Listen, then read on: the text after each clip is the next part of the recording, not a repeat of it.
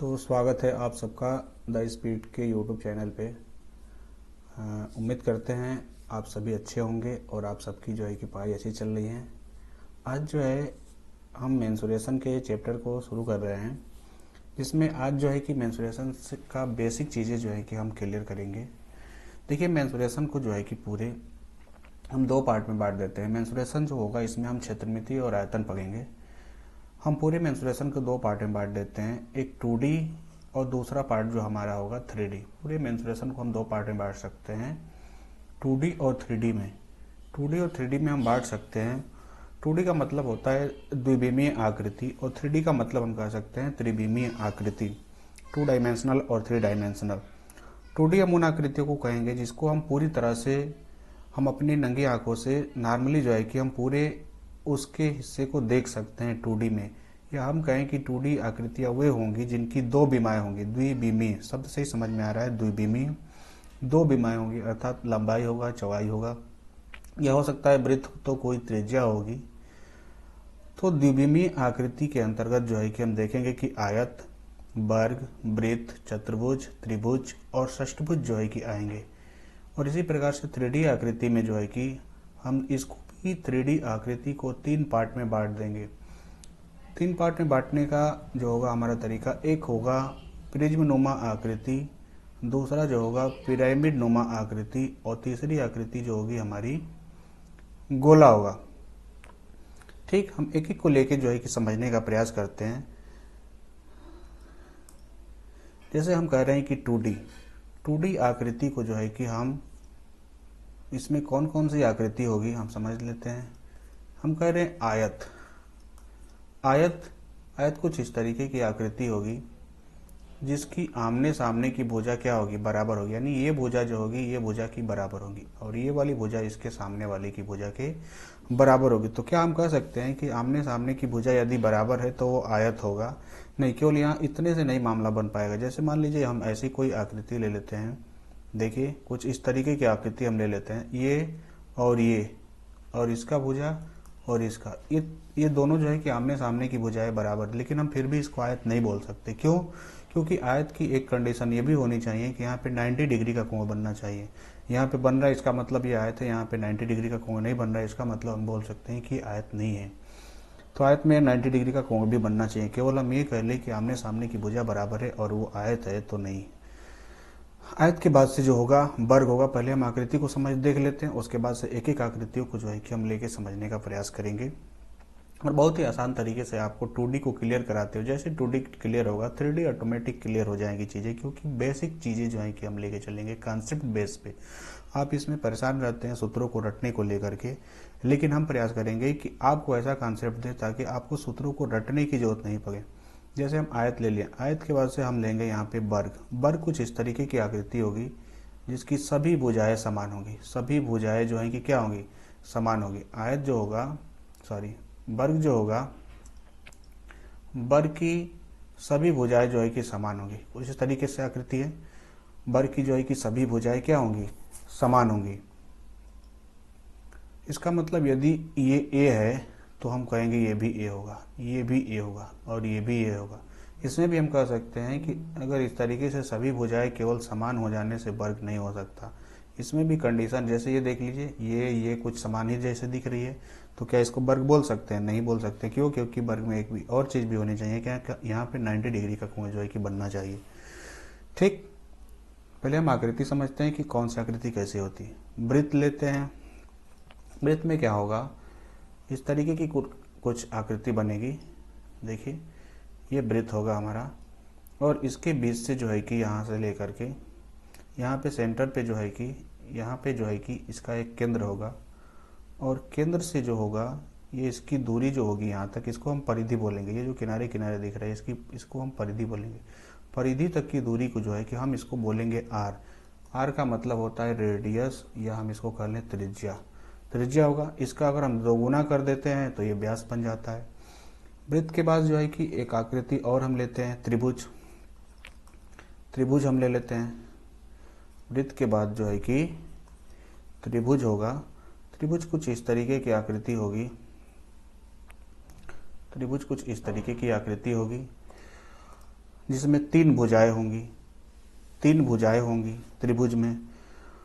त्रिभुज को अगर हम देख रहे हैं कि तीन भुजाएं होंगी, लेकिन त्रिभुज में भी जो है कि कई तरह की त्रिभुज होगी। कभी कभी आपको ऐसे त्रिभुज दिखेगा, कहीं पे जो है कि आपको कुछ ऐसा दिखेगा त्रिभुज जिसकी दो भुजाएं बराबर होगी। कभी कभी ऐसा आपको त्रिभुज दिखेगा कि जिसकी तीनों भुजाएं जो है कि क्या होगी, अलग अलग माप की होगी, कुछ अलग अलग माप की होगी। इस तरीके से कुछ होगा त्रिभुज। या हो सकता है कि कुछ ऐसी भी त्रिभुज आपको दिखेंगे। हम सब के बारे में जानते हैं, देखेंगे एक एक को कर करके। ठीक, त्रिभुज के बाद से और कौन सी आकृति हमको इसमें पढ़ना है? त्रिभुज के बाद जो हम आकृति पढ़ने वाले हैं, हम इसी में जो है कि चतुर्भुज देखेंगे। चतुर्भुज क्या होता है?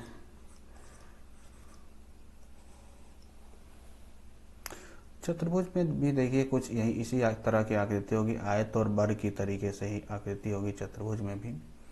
और इसमें अलग अलग चतुर्भुज होंगे, हम सभी चतुर्भुजों को लेकर के देखेंगे। चतुर्भुज में हम देखेंगे कि एक ये समांतर चतुर्भुज हो गया, एक चतुर्भुज कुछ इस तरीके का होगा, सम चतुर्भुज होगा, और एक यहाँ पे और हम चतुर्भुज लेंगे समलंब चतुर्भुज जो होगा। यहाँ पे क्या होगा?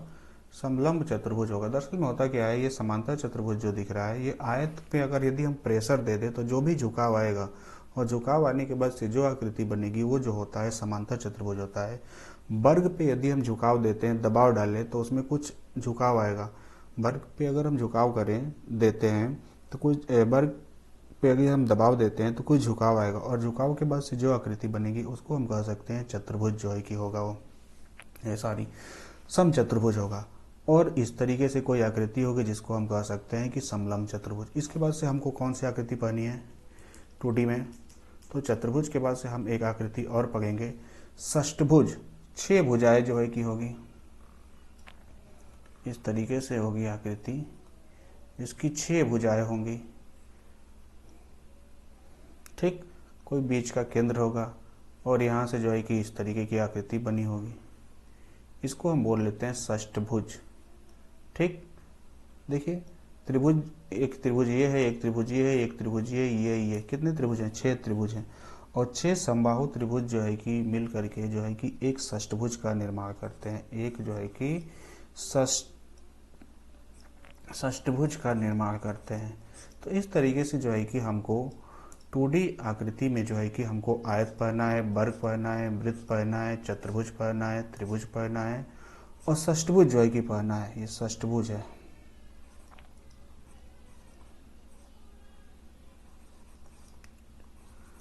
ठीक, इन आकृतियों को जो है कि हमको पढ़ना है। इसी में जो है कि हम एक एक आकृति को लेते हैं और फिर जो है कि हम वहाँ से समझाते हैं कि कैसे इसका क्षेत्रफल निकलेगा, कैसे इसका जो है कि विकर्ण निकलेगा, क्या इसका विकर्ण होता है, कैसे जो है कि इसका परिमाप निकलेगा। जैसे हम लेते हैं पहली आकृति जो है कि आयत। पहली आकृति हमने ले लिया आयत। आयत में अभी हम बतलाए थे कुछ इस तरीके की आकृति होगी आयत। देखिए ये कुछ इस तरीके की आकृति आयत है। इसको हम बोलेंगे लंबाई, और इसको बोल रहे हैं हम चौड़ाई। इसमें नॉर्मली 3 क्वेश्चन बनते हैं, 3 सीधे सीधे बनेंगे, और उसी से रिलेटेड तमाम सारे क्वेश्चन बनेंगे। मुख्य रूप से 3 क्वेश्चन होंगे। क्या होगा? एक क्षेत्रफल से रिलेटेड होगा, एक जो होगा इसका परिमाप से होगा, और एक जो होगा इसके विकर्ण से होगा। तीनों को हम समझते हैं, क्योंकि ये जो आयत में हम चीज़ें बोल रहे हैं सेम चीज़ जो है कि हम वर्ग में भी आकर के बोलेंगे। देखिए नॉर्मली किसी भी 2D आकृति का यदि आपको क्षेत्रफल जानना है तो उसके भुजाओं को उठा करके गुणा कर लीजिए।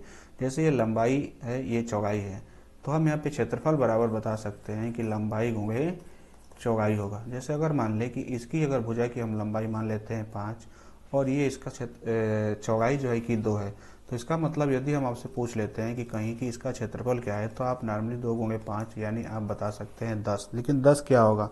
इसके यूनिट पे निर्धारित होगा। इसके यहाँ पे क्या चीज़ दिया हुआ है, जैसे मान लीजिए हम यहाँ पे सेंटीमीटर दिए हुए हैं, तो यहाँ आंसर भी 10 सेंटीमीटर स्क्वायर हो जाएगा, या वर्ग सेंटीमीटर होगा। इसी तरीके से यदि हम परिमाप की बात करें तो परिमाप का सीधा सा एक ही कॉन्सेप्ट होता है। परिमाप का सीधा सा एक ही कॉन्सेप्ट होता है, वो चाहे कोई भी 2D आकृति हो, परिमाप का मतलब होता है सभी भुजाओं का योग। कोई सूत्र हमको रटने की जरूरत नहीं है, बस एक कॉन्सेप्ट हमको रटना है, जानना है कि सभी भुजाओं का योग, सभी भुजाओं का योग ही क्या होगा, परिमाप होगा। इसका मतलब हम यहाँ पे कह सकते हैं कि सभी भुजा, जैसे हम इस आकृति की बात करें, हम इसकी चौड़ाई 2 लिए हैं, लंबाई जो है कि 5 है, और यदि हम कहें कि इसका परिमाप हमको बता दीजिए, तो अभी अभी हम सीख रहे हैं कि सभी भुजाओं का योग, यानी हम सभी को जोड़ लेंगे। देखिए इसको भी जोड़ेंगे, इसको भी लेंगे, ये सामने की भुजा है तो ये भी 2 ही होगी, और ये भी जो है कि 5 होगी। यानी हम नॉर्मली कह सकते हैं कि 2 + 2 और इधर का 5 और फिर ये 5। हम इस तरीके से निकाल सकते हैं। हमारे पास कोई भी सूत्र नहीं होता है, तभी भी हम इस तरीके से हम इसका आंसर दे सकते हैं और कहेंगे 2 2 4 5 9 और 5 जो है कि 14। ठीक, इस तरीके से हम बता सकते हैं। वही चीज़ हम यहाँ पे कर सकते हैं कि जैसे अगर हम यहाँ पे लिखे हैं इसकी लंबाई और चौड़ाई को, तो हम 2 बार लिखेंगे ना, कि लंबाई प्लस लंबाई और प्लस चौड़ाई प्लस चौड़ाई।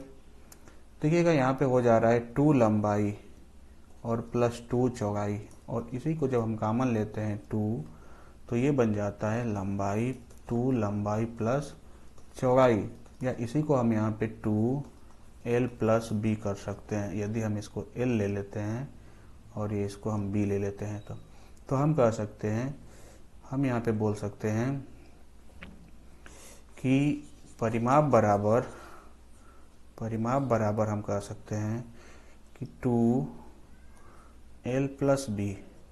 परिमाप बराबर हम बोल सकते हैं 2l + b। लेकिन हमको लेके इसको रटना नहीं, हमको क्या रटना है या हमको क्या सीखना है कि सभी भुजाओं का योग जो होता है, परिमाप क्या होता है। देखिए परिमाप एक बार और हम बता दें कि परिमाप होता क्या है। जैसे मान लीजिए कोई व्यक्ति है यहाँ पे ए, और किसी भी आकृति के अगर हम किनारे किनारे एक चक्कर लगा दें, किनारे किनारे एक चक्कर लगा दें, और चक्कर लगाने पे जितनी भी दूरी तय की जाएगी, उसकी दूरी ही जो होगी उस आकृति की परिमाप बोली जाएगी। इसकी जो दूरी होगी उस आकृति की परिमाप होगी। बात समझ पा रहे हैं?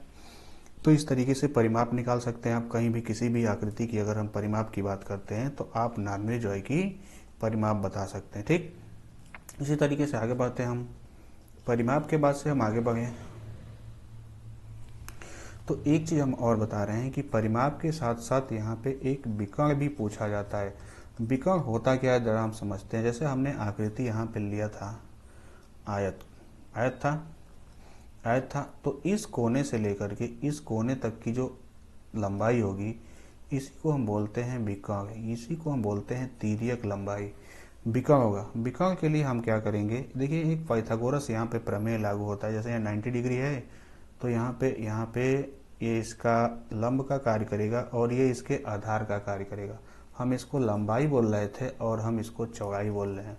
तो पाइथागोरस प्रमेय ये कहता है कि विकर्ण का जो वर्ग होगा वो शेष 2 भुजाओं के वर्गों के योग के बराबर होगा। तो ठीक, बस वही चीज़ है। विकर्ण जो होगा शेष 2 भुजाओं के वर्गों के योग के बराबर होगा, यानी कि लंबाई का वर्ग और प्लस चौड़ाई का वर्ग। जब ये वर्ग होगा, ये वर्ग के बराबर होगा, जब इधर वर्ग आएगा तो ये रूट बन जाएगा। यानी हम इसको कह सकते हैं कि विकर्ण बराबर होगा लंबाई का वर्ग प्लस चौड़ाई का वर्ग। लंबाई का वर्ग प्लस चौड़ाई का वर्ग, रूट में लंबाई का वर्ग प्लस चौड़ाई का वर्ग। हम कहीं भी किसी भी आकृति का अगर हमको निकालना है विकर्ण, तो हम नॉर्मली इस तरीके से निकाल सकते हैं। ठीक, इस विकर्ण के बाद आयत के बाद से हम अगली आकृति, देखिए इस पर हम क्वेश्चन नहीं कराए। नॉर्मली हम आकृतियों के बारे में समझ रहे हैं कि आकृति जो होती है वो किस तरीके से, हम इसके सूत्र क्या होते हैं इसके, या फिर कैसे बन रहे हैं यहाँ पे, ये हम चीज़ें देख रहे हैं। पहले हम एक एक आकृति को देख लेते हैं और उसके बाद से जो है कि हम एक एक क्वेश्चन करके धीरे धीरे जो है कि अच्छे अच्छे क्वेश्चनों को जो है कि कर सकते हैं। ठीक, नॉर्मली हम 1-2 क्वेश्चन अभी ले रहे हैं। जैसे मान लीजिए हम कोई क्वेश्चन ले लेते हैं।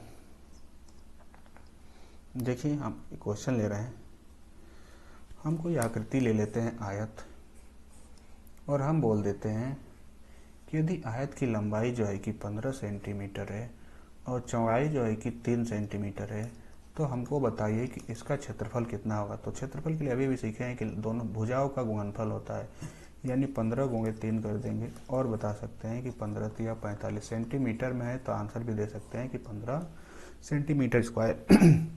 इसी क्वेश्चन पे अगर हम लें कि इसका जो है कि हमको बता दीजिए कि परिमाप कितना है। हमको इस आकृति का परिमाप बतलाइए। परिमाप अभी हम सीखे हैं कि 2l + b, सभी भुजाओं का योग 2l + b यहाँ पे होगा, क्योंकि 2 लंबाई 2 चौड़ाई है यहाँ पे। तो 2 15 + 3 हो जाएगा, यानी 2 गुणे 15 और 3 को जोड़ लीजिए 18, और 18 दुना के आप बता सकते हैं यहाँ पे 36। तो ये होगा जो है कि 36 सेंटीमीटर। 36 सेंटीमीटर जो है कि इसका परिमाप हो जाएगा।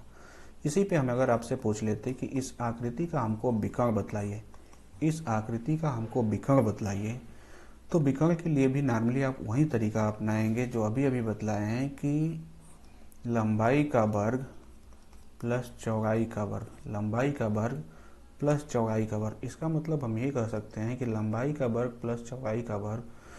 तो हम यहाँ पे रूट में लंबाई यहाँ पे 15 है, 15 का वर्ग कर दीजिए, प्लस चौड़ाई यहाँ पे 3 है और 3 का यहाँ पे वर्ग कर दीजिए। तो रूट में हो जाएगा 15 का अगर हम वर्ग करें ये 225 हो जाएगा, और 3 का यदि वर्ग करते हैं तो 9 हो जाएगा। हम जो दोनों को अगर जोड़ लेते हैं तो 225 + 9 यदि हम जोड़ें तो ये हो जाएगा 234। यदि हम इसका वर्गमूल निकाल पाते हैं तो ठीक है, अन्यथा हम ऐसे ही छोड़ देंगे, और ये जो भी दूरी आएगी या जो भी लंबाई आएगी वो सेंटीमीटर में होगा। ठीक, क्षेत्रफल केवल वर्ग मीटर में होगा, अन्यथा परिमाप और विकर्ण जो होगा हमेशा सेंटीमीटर में होगा या वर्ग इकाई में, इकाई में होगा, और बाकी यदि क्षेत्रफल पूछा जाता है तो वर्ग इकाई में होगा। ठीक, इस तरीके से आप कहीं से भी इसका आंसर नॉर्मल क्वेश्चनों का आप दे सकते हैं। अच्छा, वर्ग में और क्या सीधे क्वेश्चन एक बनते हैं नॉर्मली? वर्ग में कुछ इस तरीके से क्वेश्चन भी बनते हैं, जैसे रास्ते से रिलेटेड जो है कि क्वेश्चन पूछ लिए जाते हैं। रास्ते से रिलेटेड जो है कि वर्ग में क्वेश्चन पूछ लिया जाता है। जैसे मान लीजिए कोई वर्ग है, ठीक, आयत है, और दे दिया जाता है इस तरीके से कि रास्ता जो है कि इसके बाहर बाहर इस तरीके से रास्ता बना हुआ है, और बाहर बाहर रास्ता बना हुआ है, या ऐसे दे दिया जाता कि कोई वर्ग है, आयत है, और रास्ता जो है कि इस बार बाहर से ना बन करके रास्ता बल्कि अंदर से बना हुआ है। देखिए जरा, रास्ता बाहर से ना बन करके रास्ता अंदर से यहाँ पे बना हुआ है, इस तरीके से है। यहाँ पे रास्ता जो है बाहर से बना था, और यहाँ पे रास्ता जो है कि अंदर से हमको दिख रहा है। या ऐसे भी हो सकता है कि कोई यहाँ पे आयत है, कोई आयत है, और रास्ता जो बना है वो किसी एक साइड से बना है। हो सकता है रास्ता ऐसा होगा कि इस तरीके से बना होगा, हो सकता है, बिल्कुल हो सकता है कि रास्ता जो है कि 2 साइड से बना है, लंबाई के साइड से और रास्ता जो है कि चौड़ाई की साइड से। या ऐसा भी हो सकता है कि कोई इस तरीके से आयत है, आयत का मतलब कोई आयताकार आकृति होगी, वो आयताकार आकृति जो है कि पार्क हो सकता है, खेत हो सकता है, और ऐसे रास्ता बना हो कि रास्ता किसी एक साइड से बना हो, बिल्कुल हो सकता है एक साइड से रास्ता बना हो और वो रास्ता अंदर से बना हो। या ऐसा भी हो सकता है कि कोई जो है कि ऐसा भी हो सकता है कि कोई आकृति है इस तरीके से आयताकार, कुछ भी हो सकता है, पार्क होगा, फील्ड होगा, खेत होगा, कोई भी आकृति इस तरीके से हो है, और यहाँ पे जो है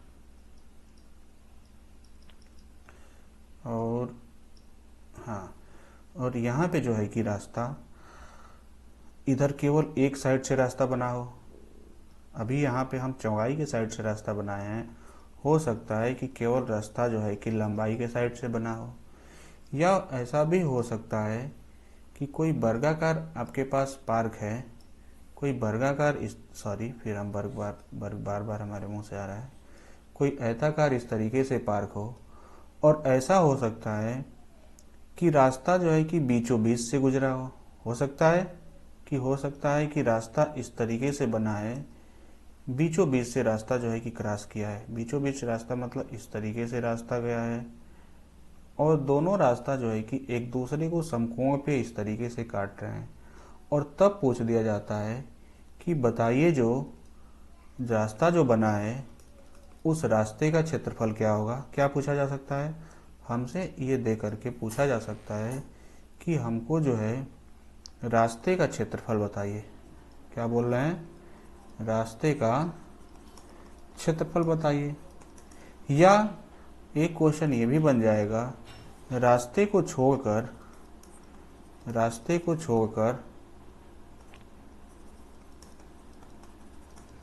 शेष भाग का क्षेत्रफल बता दीजिए। रास्ते को छोड़कर शेष भाग का क्षेत्रफल बताइए। शेष भाग का क्षेत्रफल बताइए। और बड़े जो है कि हम इसमें लेके परेशान हो जाते हैं।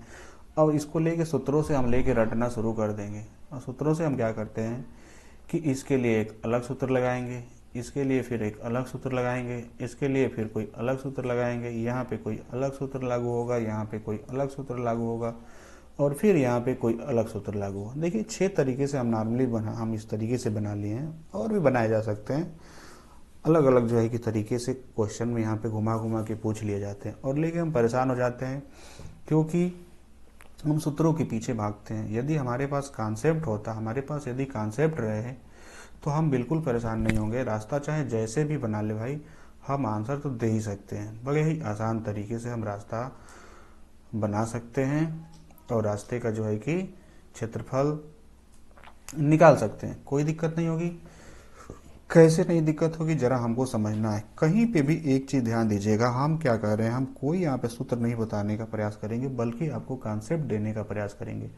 और हम कह रहे हैं कि रास्ते का क्षेत्रफल जहाँ भी कहीं पूछे ना, रास्ते का क्षेत्रफल जहाँ कहीं भी पूछे, बस एक चीज दिमाग में रख लेना, एक चीज दिमाग में रख लेना, क्या कि बड़े आकृति का क्षेत्रफल, क्या कह रहे हैं, बड़े आकृति का क्षेत्रफल माइनस छोटे आकृति का क्षेत्रफल, छोटे आकृति का क्षेत्रफल। बस इतना चीज यदि आप रख लेते हैं याद, तो फिर चाहे रास्ता किधर से भी बने, आप बड़े ही आराम से आंसर निकाल सकते हैं। क्या बताएं कि रास्ते का क्षेत्रफल जो होगा, बड़े आकृति का क्षेत्रफल में से छोटे आकृति के क्षेत्रफल को यदि घटा देते हैं तो रास्ते का क्षेत्रफल बड़ी ही आसान तरीके से निकाल सकते हैं। आप सोच रहे हैं कि ये कैसे है। देखिए हम एक क्वेश्चन लेते हैं और देखिए आप किस तरीके से आप आंसर खुद बताने लगेंगे। हमने कोई इस तरीके से एक आयताकार पार्क ले लिया। हमने क्या ले लिया, एक आयताकार पार्क ले लिया। नहीं लग रहा अच्छा चलिए हम और बेहतर ले लेते हैं इससे भी। इस तरीके से कोई आयताकार पार्क ले लेते हैं, ठीक। और हम कह रहे हैं कि रास्ते के पार्क के बाहर देखिएगा हम क्या बोल रहे हैं, आयताकार पार्क था और इसके बाहर जो है कि रास्ता बन गया है और हम चाहते हैं कि इस रास्ते का जो है कि क्षेत्रफल हमको जानना है। हम चाहते हैं कि इस रास्ते का क्षेत्रफल निकाल लें। घबराइए मत, इसकी कुछ लंबाई चौड़ाई हम देने वाले हैं।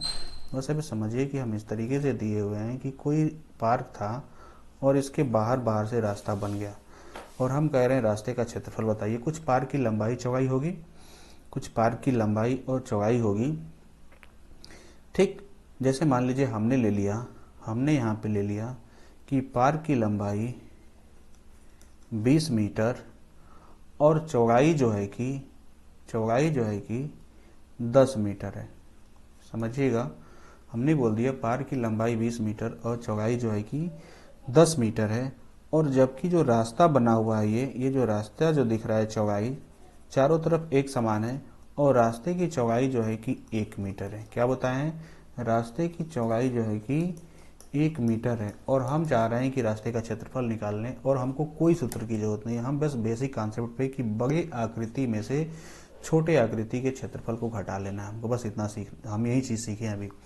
हम बड़े आकृति किसको बोल रहे हैं, देखिए जब रास्ता बनेगा उस पार्क के बाहर किनारे किनारे, तो ये भी तो एक पार्क, एक आयत का ही काम करने लगेगा। देखिए यहाँ से ये भी एक बड़ा आयत बना कि नहीं, ये भी एक बड़ा आयत ही बन गया, ये भी एक बड़ा आयत बन गया। और बड़े आयत की यदि हम पूछे कि लंबाई क्या होगी तो उस कंडीशन में बताएंगे कि 1 मीटर, देखिएगा यहाँ 1 मीटर यहाँ पे जो है कि रास्ता बढ़ा है और 1 मीटर इधर बढ़ गया है। तो इसका मतलब ये होता है कि रास्ता सहित अगर हम पूरे की लंबाई पूछेंगे तो आप कहेंगे एक इधर बढ़ा एक इधर बढ़ा, यानी 20+2, यानी कि बड़ी आकृति का जो लंबाई दिख रहा है वो हम कह सकते हैं ना कि बड़ी 22 मीटर, ठीक। और चौड़ाई इसी तरीके से कहेंगे तो आप कहेंगे इधर 1 मीटर बढ़ा और फिर इधर 1 मीटर बढ़ा। इसका मतलब चौड़ाई 1 और 1 2 बढ़ गया, यानी कि 10 से अब ये चौड़ाई कितनी हो गई, 12 हो गई। बड़ी आकृति का लंबाई 22, चौड़ाई जो है कि 12। बस हम कोई सूत्र नहीं लगाएंगे और हम कह सकते हैं कि बड़ी आकृति की लंबाई गुणे चौड़ाई, सही है। और इसमें से छोटे आकृति की लंबाई और गुणे चौड़ाई, बस यही तो सीखे हैं, ठीक है। और हम गुणा कर लेते हैं यहाँ पे 12 दूना के 24 का 4, 2 हो जाएगा, 12 दूना के 24 और 2 26, 264 और माइनस यहाँ पे कर दीजिए 20 गुणे 10 यानी कि 200। और यहाँ से आंसर बता दिए कि 264 में से घटा दीजिए 200 को और आप बता सकते हैं कि 64 वर्ग मीटर। कोई हमने सूत्र लगाया नहीं। हम ऐसा क्यों बता रहे हैं इसको, क्योंकि हमको अलग अलग रास्ते के लिए अलग अलग सूत्र नहीं लगाने पड़ेंगे। और यहाँ पे इसी कॉन्सेप्ट से जो है कि 2D के किसी भी आकृति का, 2D में कोई भी आकृति यदि हमको मिलती है और यदि वहाँ पे रास्ता पूछ लिया जाता है, रास्ते का क्षेत्रफल पूछ लिया जाता है, तो बस एक ही चीज़ हमको रटना है। क्या चीज़? बड़े आकृति में से छोटे आकृति के क्षेत्रफल को घटाना है, रास्ते का क्षेत्रफल निकल गया। हमको कोई जो है कि अलग से सूत्र रटने की ज़रूरत नहीं है, सही है। चलिए हम एक क्वेश्चन और लेते हैं और इस बार रास्ता का जो है कि फिर से हम इसको बता देते हैं। एक और हम क्वेश्चन लेते हुए, जैसे हमने ले लिया इस तरीके से कोई आयताकार पार्क, हम ले लिए आयताकार इस तरीके से पार्क, ठीक। और हमने बोल दिया कि इसकी लंबाई जो है कि इसकी लंबाई जो है 15 मीटर और चौड़ाई जो है कि 10 मीटर है। क्या बोले हैं? रास्ता जो है, सॉरी, पार्क जो है इसकी चौड़ाई 10 मीटर और लंबाई जो है कि 15 मीटर है। और हम यहाँ पे कहें कि इसके अंदर से जो है कि रास्ता बना। देखिएगा, ध्यान दीजिएगा, यहाँ पे जो था रास्ता बाहर से बना था, वैसी कंडीशन में इस 20 में उस रास्ते की चौड़ाई जुट गई थी दोनों तरफ से। अगर रास्ता अंदर से बना है, इसका मतलब रास्ता अगर हम इस तरीके से अंदर से बना दें, रास्ते की चौड़ाई कुछ भी हो सकती है।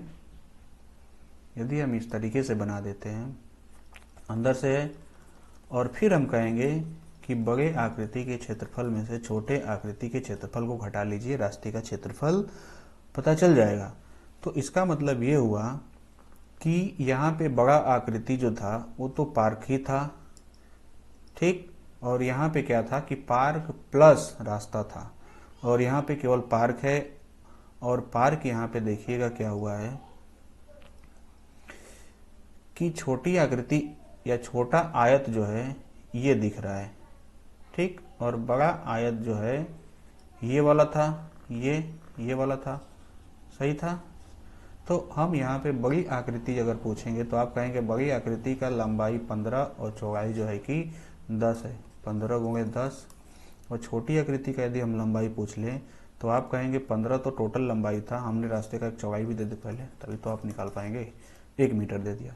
तो आप कहेंगे 1 मीटर इधर बढ़ा घटा होगा और 1 मीटर इधर घटा होगा। यहाँ पे हम बढ़ा रहे थे क्योंकि रास्ता बाहर से था और यहाँ रास्ता अंदर से है, तो हम यहाँ पे क्या कर रहे हैं, इसके लंबाई को घटा रहे हैं। यानी 15 में से 1 और 1 2 घट गया, यानी कितना हो जाएगा? यहाँ पे 15 में से 2 घटाइए, आप बताएंगे कि 13। और यहाँ पे 10 था तो 2 घट गया तो 8 हो जाएगा, सही है। यहाँ पे 10 था तो 8 हो गया, तो 13 गुणे यहाँ पे कर देंगे 8, सही है। 15 गुणे कर दीजिए यहाँ पे 10, 150। और फिर जो है कि 13 गुणे 8 कर दीजिए, 8 3 24 का 4 2 होगा, 8 है कम में 8 2 10, ठीक। या 13 गुणे 8 कर देते हैं 104। अब यहाँ से घटा लीजिए, 150 में से 104 को घटा लीजिए, 150 में से 104 घटा लीजिए, कितना हो जाएगा? 46। 46 सेंटीमीटर स्क्वायर होगा। रास्ते का जो क्षेत्रफल होगा 46 वर्ग सेंटीमीटर हो जाएगा। क्लियर है, मामला क्लियर होगा। तो इस तरीके से हम आकृति के आयत की आकृति में अगर हमको रास्ता बना दिया जाए तो हम इसका निकाल सकते हैं, कहीं से दिक्कत नहीं होने वाली है। और देखते हैं और लेते हैं। मान लीजिए एक आयत है, हम इस पे सभी पे क्वेश्चन कराएंगे, बिल्कुल घबराने की जरूरत नहीं। बस अभी हम समझाने का प्रयास कर रहे हैं कि देखिए हो क्या रहा है। कोई पेन उठाने की जरूरत नहीं है, बस आप देखते रहिए। हम इस तरीके से कोई आयत लिए हैं और कहें कि इसकी लंबाई जो है 50 मीटर है और चौड़ाई जो है कि 20 मीटर है। ध्यान दीजिएगा। और हम कह रहे हैं कि इस आकृति में क्या होता है कि लंबाई के साइड से और चौड़ाई के साइड से इस तरीके से रास्ता बना हुआ है। लंबाई के साइड से और चौड़ाई के साइड से, और रास्ते की जो चौड़ाई है 1 मीटर है। और हम कह रहे हैं कि बताइए कि इस रास्ते का क्षेत्रफल क्या होगा। फिर हम कहेंगे कि यहाँ भी वही हम कॉन्सेप्ट लगाएंगे कि बड़े आकृति में से छोटे आकृति के क्षेत्रफल को घटाएंगे। अब यहाँ बड़ा आकृति है क्या, यही चीज़ तो पहचानना है कि बड़ी आकृति इसमें है क्या। तो आप वो भी चीज़ बता सकते हैं कि बड़ी आकृति है क्या। देखिए है क्या इसमें कि यहाँ पे 50 पहले से था और रास्ता एक साइड से ही है, 1 मीटर बड़ा है। इसका मतलब 50 + 1 बढ़ जाएगा और ये जो लंबाई हो जाएगी 51 मीटर की हो जाएगी। और फिर यहाँ से जो लंबाई होगी, ये जो कितना होगा चौड़ाई, ये पहले यहाँ तक था तो 20 था और ये किधर बढ़ गया तो ये कितनी हो जाएगी 21 हो जाएगी। सही है, क्योंकि यहाँ पे एक ही साइड से रास्ता, इधर भी इधर से ही केवल रास्ता था, इधर से नहीं था, और यहाँ भी केवल यही एक ही साइड था, तो एक ही बढ़ेगा यहाँ पे।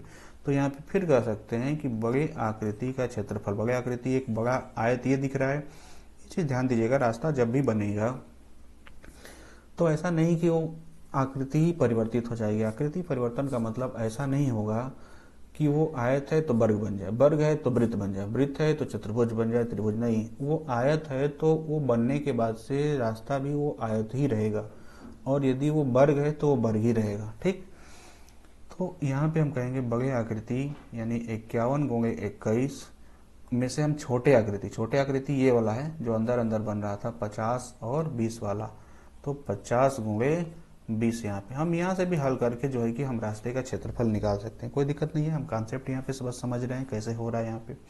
चलिए हम एक और लेते हैं रास्ता वाला, दिमाग में जो आपके चल रहा है, जो आप जानना चाह रहे हैं, मैं समझ पा रहा हूँ। आप चाह रहे हैं कि कब रास्ता बीचों बीच निकाल दिया जाए और हम उसको जान जाए।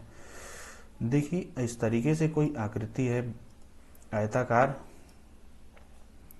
आयताकार यहाँ पे आकृति है और रास्ता इस तरीके से बना है, बीचों बीच से रास्ता बना हुआ है।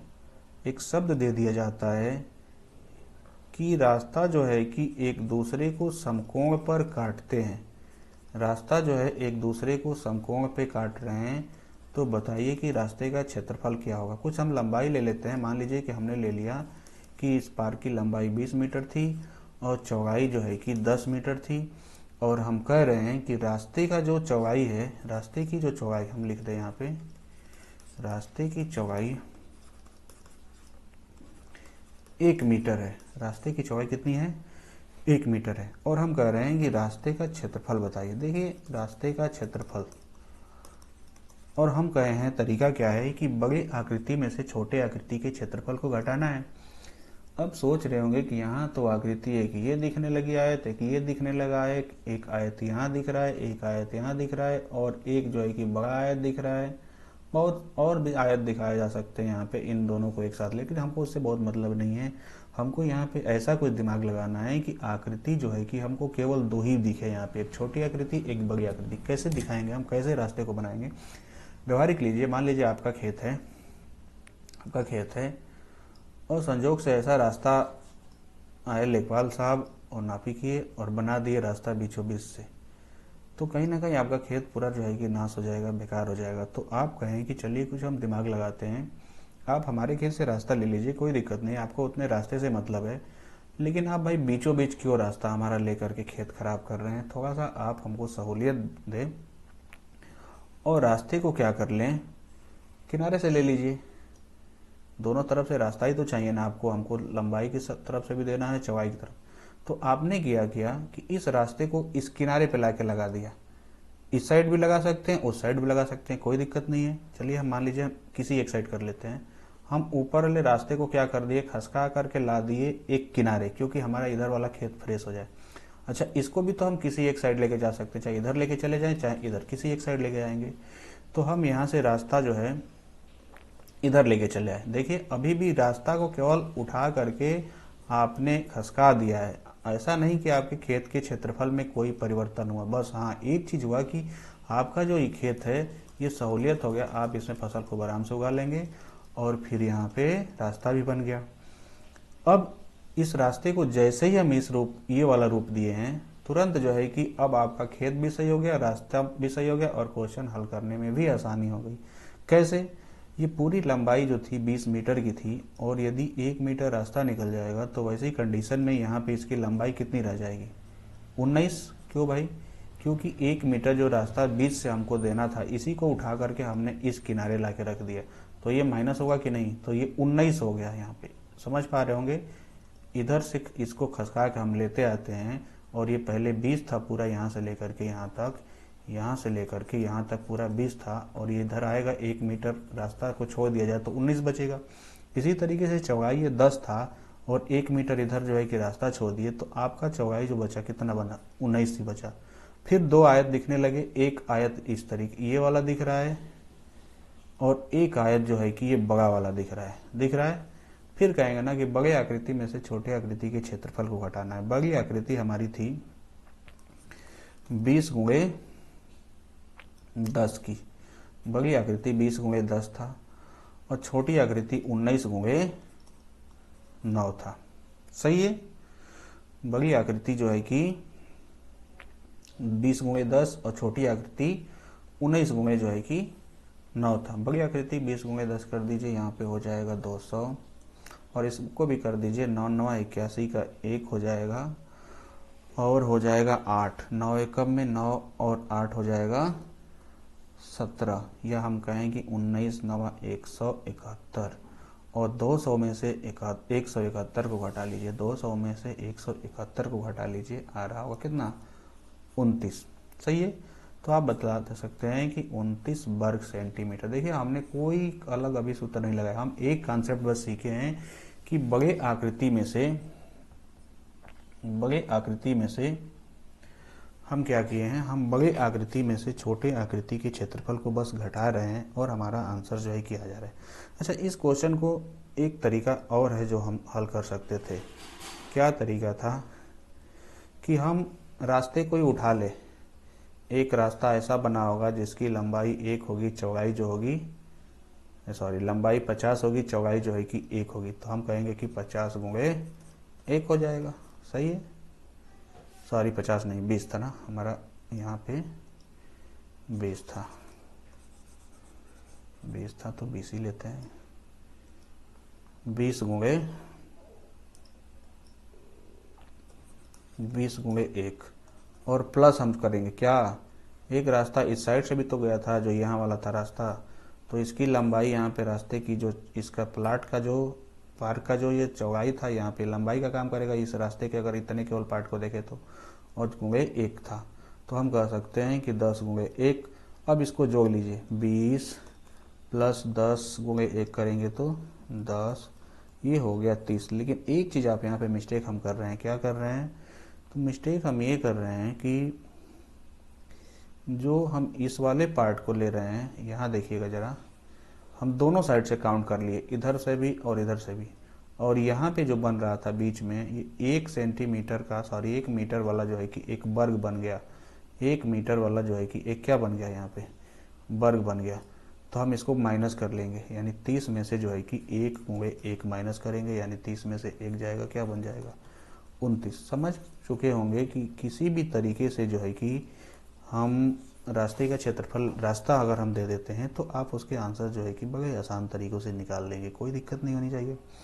इसी तरह से हम जिस तरीके से आयत को लिए हैं, सेम चीज़ हम वर्ग पे चलते हैं। एक वर्ग आकृति ले लेते हैं, क्वेश्चन सभी पे होने हैं, बस अभी हम बेसिकली समझ रहे हैं चीज़ों को, और एक ही क्वेश्चन कराएंगे, ढेर सारे क्वेश्चन करा देंगे एग्जाम से पहले जो है कि हम चीज़ों को कवर कर लेंगे, हम ऐसा प्रयास करेंगे। बर कुछ इस तरीके की आकृति होगी, बर कुछ इस तरीके की आकृति होगी, बर जैसे दिख रहा है, चलिए ठीक है। इसकी कुछ भुजा होगी अपनी, जितना ये होगा उतना ही जो है कि ये होगा, यानी कि यदि हम इसको ए बोले तो हम इसको भी ए बोलें। क्यों? क्योंकि अभी हम सीखे हैं कि बर की सभी भुजाएं जो होती है समान होती हैं, भुजाएं जहाँ मिलती है वहाँ पे 90 डिग्री का कोण बनता है। यहाँ पे जो है कि हम तीन चीज़ लेते हैं नॉर्मली कि क्षेत्रफल, क्षेत्रफल बराबर अभी हम सीखे थे भुजा गुणे भुजा, वहाँ पे लंबाई और एक चौड़ाई थी तो वहाँ गुणा होता था, वही चीज़ यहाँ भी है। तो क्षेत्रफल बराबर हो जाएगा भुजा गुणे भुजा, या हम इसको बोल सकते हैं ए गुणे ए, या हम इसको लिख सकते हैं ए स्क्वायर। परिमाप के लिए क्या होगा? परिमाप के लिए हम वही कहेंगे कि सभी भुजाओं का योग, यानी ए प्लस ए प्लस ए प्लस ए। क्यों? क्योंकि 4 ए है, ये भी ए है, ये भी ए है, यहाँ भी ए होगा और यहाँ भी ए होगा। सही है? तो हम इसको 4a बोल सकते हैं कि नहीं? 4a, या हम इसी को बोलते हैं 4 गुणे भुजा। और यदि हम परिमाप विकर्ण की बात करें, यदि विकर्ण की बात करें तो फिर वहीं पाइथागोरस प्रमेय होगा। विकर्ण इसी को कहेंगे, इस कोने से इस कोने की लंबाई जितनी भी होगी तिर्यक लंबाई, यही जो होगा यहाँ पे इसका विकर्ण कहलाएगा। तो विकर्ण बराबर जो होगा हम यही लेंगे, जैसे लंबाई का वर्ग लेते थे, यहाँ पे ए का वर्ग है, चौड़ाई के वर्ग यानी यहाँ पे वो भी यही है क्योंकि समान था। तो ऐसी कंडीशन में यहाँ पे 2a स्क्वायर होगा, और यहाँ से ए स्क्वायर जब निकलेगा तो ये ए बन जाएगा, मतलब ए स्क्वायर का वर्गमूल निकलेगा ए, और यहाँ बच गया √2। तो विकर्ण बराबर कहेंगे a√2, विकर्ण बराबर कहेंगे a√2, या हम कहेंगे कि भुजा गुणे √2। रटना कुछ नहीं है, बस कॉन्सेप्ट से चीज़ों को समझने का प्रयास करना है। ठीक है? देखिए हम केवल 2D में इस तरीके से बता रहे हैं, 3D पे हम जैसे ही आगे जब जाएंगे तो यही सूत्र जो होगा, यहाँ पे जिस तरीके से हम कॉन्सेप्ट पे लेके चल रहे थे कि रास्ता था, रास्ता हम एक ही चीज़ बस सीखे हैं कि रास्ता चाहे बाहर से हो, रास्ता अंदर से हो, रास्ता एक साइड से हो, रास्ता दोनों साइड से हो, रास्ता जो है कि दोनों तरफ से जो है कि एक दूसरे को काट रहे हो, लेकिन हमारा एक ही कॉन्सेप्ट था। क्या था? कि बड़ी आकृति में से छोटे आकृति के क्षेत्रफल को लेकर के हम क्या कर लेंगे? घटाएंगे। यही था हमारा। यहाँ भी वही कहानी है, वर्ग कुछ इस तरीके से बनेगा और इसके जो है कि चारों तरफ से रास्ता बन जाएगा। यहाँ भी हम कहेंगे बड़े आकृति में से छोटे आकृति के क्षेत्रफल को घटा लीजिए। यहाँ भी सेम चीज़ होगा, रास्ता अब जैसे बाहर से था, यहाँ भी हो सकता है कि रास्ता अंदर की तरफ हो जाए। यहाँ भी हो सकता है कि रास्ता जो है कि चारों तरफ से दो तरफ से एक दूसरे को क्या कर रहा हो? समकोण पे काट रहा हो। कोई अलग हमको सूत्र नहीं लगाना है, हमको बस एक ही चीज़ जानना है। यहाँ पे बस एक ही चीज़ जानना है, और वो क्या है कि बड़े आकृति में से छोटे आकृति के क्षेत्रफल को घटा लेना। चीज़ों को समझ चुके हैं, उम्मीद करते हैं। इस तरीके से हम इसका भी निकाल सकते हैं। इसमें बहुत सारे क्वेश्चन कराने वाले हैं, बिल्कुल परेशान नहीं होना है। बस एक चीज़ याद रखना है कि रास्ते का क्षेत्रफल बड़े आकृति का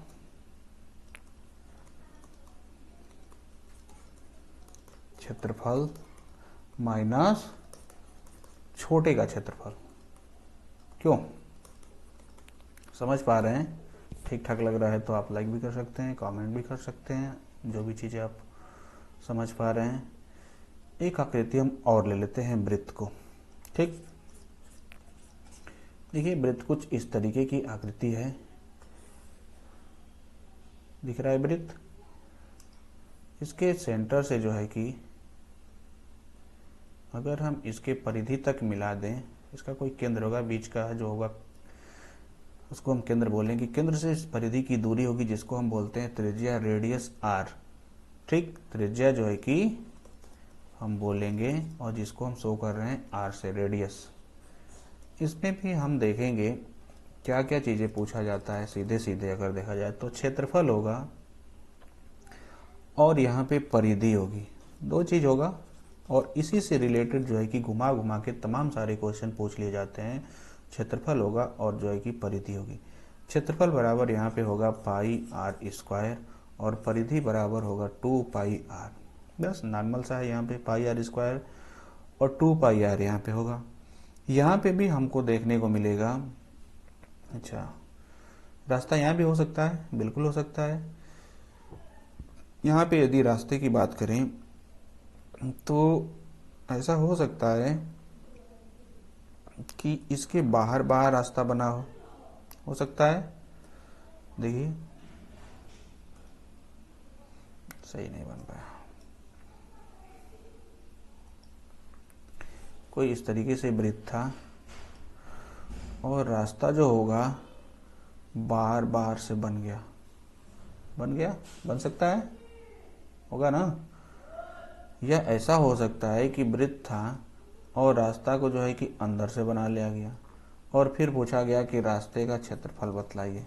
यहाँ पे फिर कहेंगे कि बड़े आकृति के क्षेत्रफल में से छोटे आकृति के क्षेत्रफल को घटा लीजिए। इसका मतलब ये हो गया कि यहाँ पे त्रिज्या जो r था उसके में रास्ते की चौड़ाई जो होगा जुड़ जाएगा, यानी कि r प्लस कुछ मान लेते हैं कि d ले लेते हैं रास्ते के, तो यहाँ पे त्रिज्या ये काम करेगा और इसमें से जो है कि आप घटा लेंगे किसको, r को। सही है ना, इसमें से r को, मतलब इसके क्षेत्रफल ले रहे हैं यहाँ पे पाई आर स्क्वायर, यानी पाई बड़े वाले का जो त्रिज्या यहाँ पे होगा यहाँ तक लेंगे और छोटे वाले का त्रिज्या केवल यहाँ तक, और बड़े वाले का लेकर के यहाँ से यहाँ तक ले लेंगे। तो यहाँ पे बन जाएगा r प्लस डी इसका वर्ग करके, और यदि हम कॉमन ले लें चीज़ों को या इसी में से ऐसे समझ लीजिए माइनस पाई आर स्क्वायर। सही है, लेकिन आपको ये चीज़ नहीं रखना, याद रखना है। याद रखने वाली जो चीज़ है बड़ी आकृति में से छोटे आकृति के क्षेत्रफल को घटाना, बस इतना ही याद रखना आपको, और कुछ नहीं। अच्छा, अगर रास्ता अंदर से होता तब क्या होता, मान लीजिए हमारा यहाँ तक त्रिज्या पहले r था और रास्ता की चौड़ाई जो है कि d है, रास्ते की चौड़ाई जो है कि d है, तो वैसी कंडीशन में क्या हो रहा होगा, तब तो हमारा पाई r माइनस डी हो चुका होगा और इसका वर्ग माइनस पाई आर स्क्वायर। सही है, नहीं हम थोड़ा सा गलत लिख दिए, ऐसे कर लीजिए, पाई आर स्क्वायर बड़ा था और इसमें से जो है कि हम घटाएंगे पाई आर माइनस डी का वर्ग। ये जो है कि रास्ते का क्षेत्रफल है। कब, जब यदि रास्ता अंदर से बना हो तब। सही है, हम केवल अभी आकृतियों को समझ रहे हैं बेसिकली, उसके बाद जब हम क्वेश्चन कराएंगे तो और भी चीजें क्लियर हो जाएगी। सही है। अर्धवृत्त, देखिए अर्धवृत्त क्या है, सब सही समझ में आ रहा है कि वृत्त होगा उसका आधा हिस्सा की हम बात करने वाले, इस तरीके से होगा अर्धवृत्त। यहाँ से भी कुछ लेते हैं, अगर परिधि तक की दूरी तो हम इसको भी त्रिज्या ही बोलेंगे, परिधि से जो है कि केंद्र की दूरी जो है कि त्रिज्या। और यहाँ पे जो क्षेत्रफल बनेगा, यहाँ पे जो क्षेत्रफल बनेगा सेम होगा पाई आर स्क्वायर, लेकिन आधा है तो बटे 2, बस क्लियर। हाँ, परिधि को थोड़ा ध्यान देना होगा कि यहाँ जो परिधि होगा वो 2 पाई आर तो होगा और इसका बटे 2 करेंगे। क्यों, क्योंकि हमारा यहाँ पे आधा ही है, ऊपर का जो ये वृत्त यहाँ पे जो बन रहा था ये वाला जो परिधि, इसको तो हम लेंगे नहीं क्योंकि अर्धवृत्त है। तो क्या 2 पाई आर बटे 2 कर देने से मामला बन जाएगा, नहीं।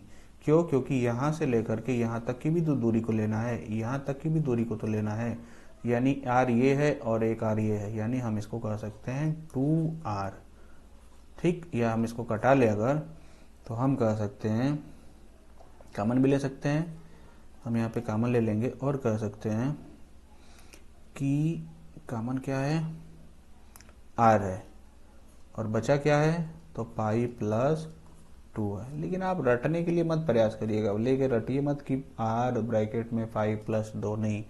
आप बस चीज़ों को व्यवहारिक समझिए कि आधा यहाँ तक है तो 2 पाई आर का आधा और 2r लेके जोड़ देना। 2r का मतलब देखिए, एक चीज़ और यहाँ से क्लियर कर दे कि इस त्रिज्या को यदि हम डबल कर देते हैं तो उसको हम बोलते हैं व्यास। त्रिज्या का यदि हम डबल कर दें तो हम उसको बोलेंगे कि वो व्यास है, यानी कि व्यास जो होता है वो 2r होता है, यानी त्रिज्या का 2 गुना।